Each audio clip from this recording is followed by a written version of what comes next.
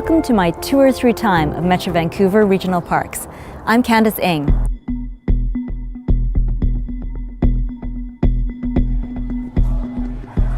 I'm looking into the 1990s when leaders were deciding if or how to respond to a growing interest in environmental protection. I'm also looking back to the 1980s when the public demand was building for accessing these regional parks that so far had little to offer. In 1976, the planning department really felt very strongly that it was time to begin to devote some capital to development and operation. But the real public benefits were going to flow when the public could use those lands.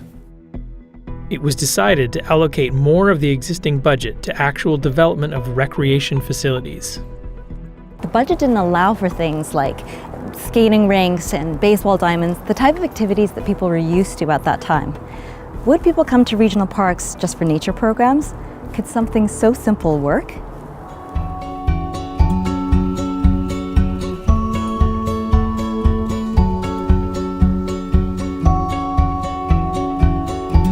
My first stint of employment at GVRD was in 1976. And yes, I cleaned up litter and I washed a lot of toilets and cleaned up a lot of picnic tables and so on. But could you imagine coming to a place like this every day to go to work? It was a dream come true.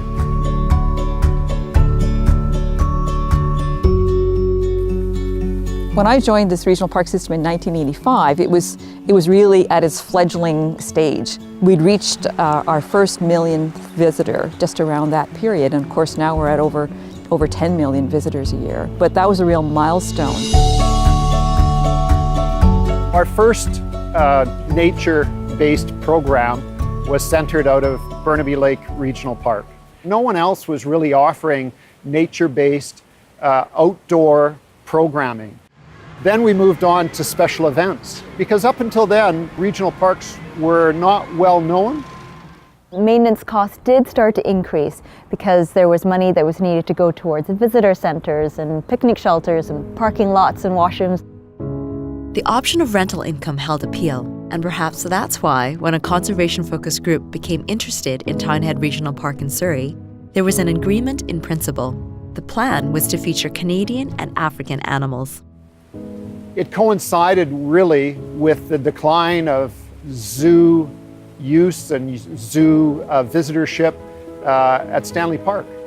So it never came to fruition. We found this article from the late 80s, and it talks about the proposal from the Zoological Society for this zoo. And the other interesting piece that we read about was that the same people that were running Playland were looking at buying the old amusement park rides from Expo 86. And they were considering Tynehead Park for the site of this amusement park.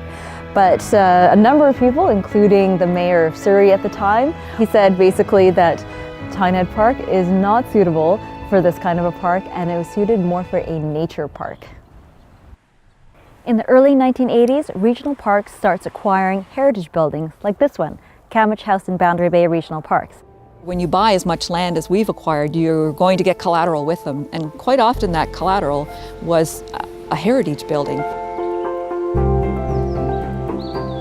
One of the most significant things that happened in the 1990s was the province was working with the regional district and municipalities to acquire lands along the Fraser River. So that acquired a lot of land, which was so important to bring people down to the Fraser River to connect with the river that runs through our region.